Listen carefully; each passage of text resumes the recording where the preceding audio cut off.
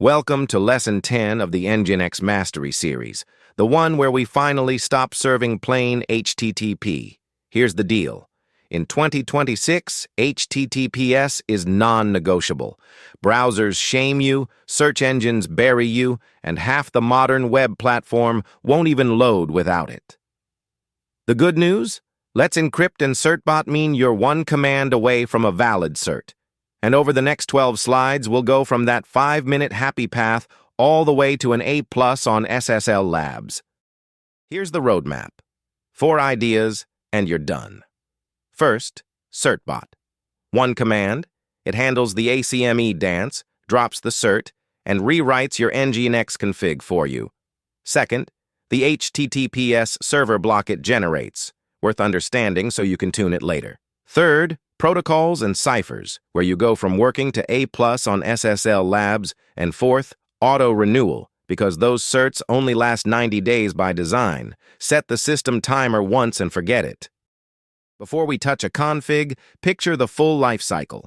Day 0, certbot hits the ACME API, solves an HTTP 01 challenge to prove you own the domain, and a 90-day cert lands in, etc. Let's encrypt. Nginx serves it happily until day 60, when the system timer wakes up and renews 30 days before expiry, so you've got a comfortable buffer. The cert technically expires at day 90, but you'll never see it because the loop already restarted. Set once, forget forever. So here's that lifecycle in actual commands.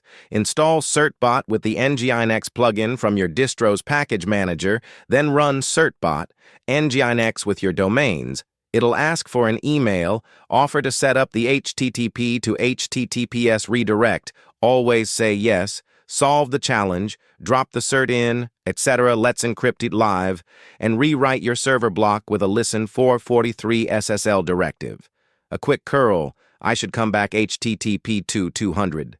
Rule of thumb, reach for Nginx first, fall back to web root only when the plugin chokes. Now let's actually read what certbot dropped into your config. Block 1 is dead simple. Listen on 80. Match your host names, return a 301 to the HTTPS version. That's your redirect, permanent, and unconditional. Block 2 is the real server. Listen 443 SSL on both v4 and v6, point at the full chain and priv key under etc. Let's encrypt live, and pull in certbot's options file plus the DH params. Memorize this shape. You'll be writing it by hand the day certbot isn't an option. Out of the box, that config gets you a B or A on SSL Labs. Perfectly fine. But if you want the green A+, it's 5 more blocks. Pin protocols to TLS 1.2 and 1.3, paste Mozilla's intermediate cipher list, add an HSTS header with a 1-year max age, flip on OCSP stapling so the handshake carries revocation in band, and give yourself a session cache for repeat visitors. Reload Nginx, rerun the SSL Labs test, and you'll see A+ within minutes. Now, about that 90-day life cycle we keep coming back to, let's encrypt made certs short on purpose to force you into automation. The good news, certbot already did it. There's a system timer running twice a day, and anything inside 30 days of expiry gets renewed automatically. Your job is a 4-step sanity check. Confirm the timer is active, run a dry run renewal, list your certs to eyeball the expiry, and verify the deploy hook reloads Nginx. Do it once, then genuinely forget it. Just set an external expiry monitor as a safety net. So let's zoom out for a second and ask why all of this is even possible in 2026. 3 forces converged.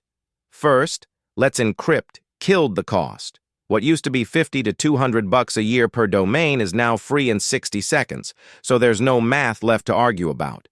Second, those short 90-day certs we just talked about aren't a bug.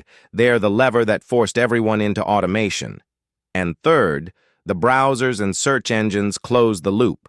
Chrome shames plain HTTP, Google ranks you lower, HTTP2 and service workers flat out require TLS. The web voted. HTTPS is the floor now, and Nginx plus certbot is how you clear it in 5 minutes. Now, if you're going to memorize one slide from this lesson, make it this one. 7 directives cover every TLS decision you'll ever make in Nginx. Certbot writes the first 4 for you automatically: the listen line, the cert, the key, and the protocols. The last 3 are what take you from a passing grade to that A+ on SSL Labs. Lock your ciphers to Mozilla's intermediate profile, turn on HSTS for a full year with include subdomains, and enable OCSP stapling so the handshake doesn't stall waiting on the CA. Print it, tape it next to your monitor, done. Time to put it on a real box. You'll need a cheap domain. $1 a year.xyz is fine, pointed at your VM with an A record. Start with exercise 1, a dry run, because Let's Encrypt will rate limit you hard if you fumble the same domain 10 times. Then drop the flag for a real cert, verify the green padlock, and finally paste your domain into SSL Labs and chase that A+. If you hit a snag, the hints under each card cover the 3 failures everyone runs into: Port 80 firewall, mixed content, and missing HSTS preload. Before we wrap, let's talk about the 5 mistakes that will bite you. Pointing SSL certificate at cert.pem instead of full chain breaks older clients silently. Forgetting the Port 80 redirect leaves an unencrypted version live. Slamming HSTS to a full year on day 1 can lock users out if TLS breaks. Leaving TLS 1.0 and 1.1 enabled tanks your SSL Labs grade. And never testing certbot renew, dry run means you'll find out about the expired cert from an angry user on day 90. And that's lesson 10 in the books. You've got certbot mastered, the HTTPS block memorized, A+ tuning dialed in, and auto-renewal verified, which means your site is now sitting pretty with a green padlock and a 90-day lifecycle that takes care of itself. Next up in Lesson 11, we go beyond TLS into security hardening, hiding the Nginx version, rate limiting the bots, and locking down headers like CSP and X-frame options. See you there.